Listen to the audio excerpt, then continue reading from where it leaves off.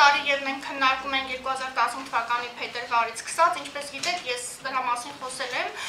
Սիրիայում 35 գյուղերի Խաբուր գետի 35 գետերի երկայնքով այդ գյուղերը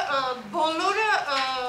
ասորաթափվեցին, այսինքն հեռացան այդտեղից 3000 ընտանիք միայն գնացին դեպի Ղամիշլի, այսինքն նույն Սիրիայում Ղամիշլի եւ էլ հասակե տարածքները։ Ինչպես գիտեք, այն ժամանակ պատանդներ վերցրեցին իսլամական պետության ահաբեկիչները,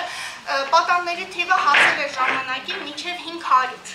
Ուրեմն ինչ տեղի ունեցավ։ Այդ 500-ից այս պահին դեռ 130 հոգի իրենց մոտ են։ Որոշ մի մասին սպանել են, օրինակ, բերեմ, որ սեպտեմբեր ամսին, երբ որ մահմեդական տոմներ գնում, իրենց այդ Բայրամ Ղուրբանը, այդ ժամանակ միայն 12 հոգի կախաղան բարձրացրեցին, նկարները ուղարկեցին, վիդեոները նկարեցին եւ ուղարկեցին ընտանիքներին, ասեցին, տեսեք ինչ են կարել։ Բացի այդ, հոկտեմբեր ամսին եւս 3 հոգի այդպես նկարեցին, գլուխները on-line կտրեցին, ուղարկեցին, այսինքն մարդիկ մահանում են։ Բայց նաեւ կա լավ նորություններ, որովհետեւ ի շնորհիվ որոշ միջազգային կազմակերպությունների, այդ թվում նաեւ ասորական Ասիրո կազմակերպությունը, որը գումարներ է հավաքում եւ ուղարկում է պատանդների համար, որտեղ այդ ժամանակ որ պատանդ էին վերցրել, իրենք ուզեցին 22 միլիոն դոլար գումար էին ուզում, 22 միլիոնից իջացրեցին 10 միլիոն, հիմա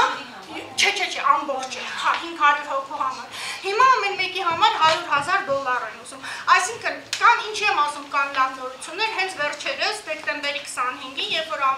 կաթոլիկ աշխարհը Սուրբ Ծնունդներ տոնում, լավ նորություն եղավ, որտեղ 25 հոգի ազատեցին, որոնց թվում 2 տղամարդ էին, 7 կին, մնացածը երեխաներ։ Այսինքն, այս է իրավիճակը։ Հիմնականում Իրաքում վիճակը մնում է նույն ձևի, ապրում են եկեղեցիներում եւ refugee camps, փախստականների ճամբարում։ Փաստականների ճամբարում վիճակը մի սարսափելի է։ Ես համոզված եմ, որ նկարներն էլ եք տեսել, մեկ-մեկ ցույցել են տալիս հեռուստացույցով։ Գիտեք, ձմռանը իր վտանգն ունի, որովհետև ցուրտ է, չեն կարողանում ապրել, մի սարսափելի վիճակ է։ Իսկ ամռան տափը